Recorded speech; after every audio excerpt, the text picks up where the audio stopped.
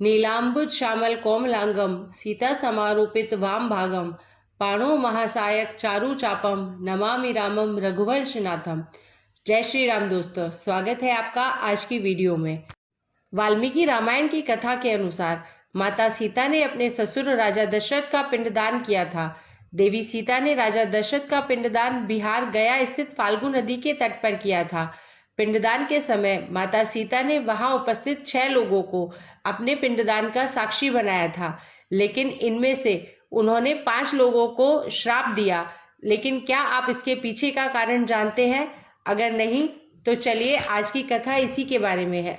तो चलिए कथा प्रारंभ करते हैं, लेकिन उससे पहले आपसे एक अनुरोध है कि अगर आपको वीडियो अच्छा लगे तो वीडियो को लाइक करें और चैनल को सब्सक्राइब करें और कमेंट बॉक्स में जय श्री राम जरूर लिखें। श्री राम, लक्ष्मण जी और देवी सीता जब वनवास को वन में गए थे, तब श्री राम और लक्ष्मण जी के पिता और माता सीता के ससुर राजा दशरथ की मृत्यु हो चुकी थी। उसी दौरान पितृपक्ष था और उन्हें पिंडदान करना था, जो किसी पवित्र नदी के किनारे जाकर होता है। इसलिए यह तीनों गया के फाल्गु नदी के तट पर पहुंचे। कहते हैं जब श्री राम, लक्ष्मण और देवी सीता फाल्गु नदी पहुंचे, तब श्री राम जी ने पंडित जी से पूजा की सामग्री के विषय में पूछा, जिसके पश्चात उन्होंने लक्ष्मण जी को पास के गांव में पूजा के लिए जरूरी सामान लाने को कहा। जब काफी देर बाद लक्ष्मण जी नहीं लौटे तो श्री राम ने खुद ही जाकर लक्ष्मण जी की खोज खबर लेने का निर्णय लिया। वहीं दूसरी ओर पंडित जी बार बार उन्हें शुभ मुहूर्त के निकल जाने के बारे में बता रहे थे, साथ ही उन्हें अपनी तैयारियां जल्दी पूरी करने के लिए भी कह रहे थे। श्री राम तुरंत लक्ष्मण जी की खोज में निकल पड़े।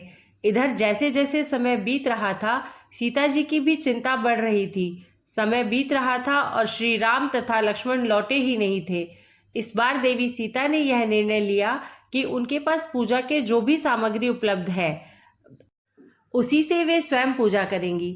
तब देवी सीता ने पंडित जी से कहा कि श्री राम जी और लक्ष्मण जी को लौटने में देर हो रही है, इसलिए वह पूजा आरंभ करे और शायद तब तक वे दोनों वापस आ जाएं, और अगर ऐसा नहीं हुआ तो वह अकेले ही यह पूजा समाप्त कर लेंगी। विधि पूर्वक पूजा करने के पश्चात देवी सीता ने अंत में पिंडदान किया, और जैसे ही उन्होंने प्रार्थना करने के लिए अपने हाथ जोड़े और आंखें बंद की, उन्हें एक दिव्य स्वर सुनाई दिया कि उनकी पूजा संपन्न हुई और स्वीकार भी हो गई। यह सुनकर देवी सीता को बहुत प्रसन्नता हुई और साथ ही उन्हें इस बात से शांति मिली कि उनकी पूजा सफल हुई और राजा दशरथ ने भी उनकी पूजा स्वीकार कर ली। हालांकि वे इस बात को भी भलीभांति जानती थी कि श्री राम जी और लक्ष्मण जी उनकी इस बात पर भरोसा नहीं करेंगे, क्योंकि माना जाता है कि बिना पुत्रों के ऐसी पूजा पूरी नहीं होती है। तब सीता जी ने फाल्गु नदी, पूजा में इस्तेमाल होने वाली गाय, वट वृक्ष, कौवे और तुलसी के पौधे और उस पंडित जी को इस बात का साक्षी बनने को कहा, और उन सभी ने उनकी आज्ञा का पालन भी किया।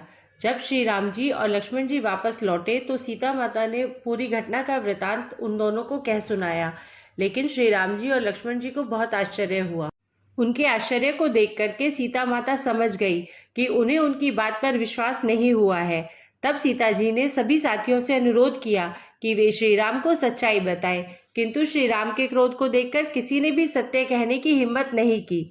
फाल्गु नदी, गाय, तुलसा जी और ब्राह्मण ने झूठ बोला कि उन्हें राजा दशरथ के पिंडदान किए जाने की कोई जानकारी ही नहीं है।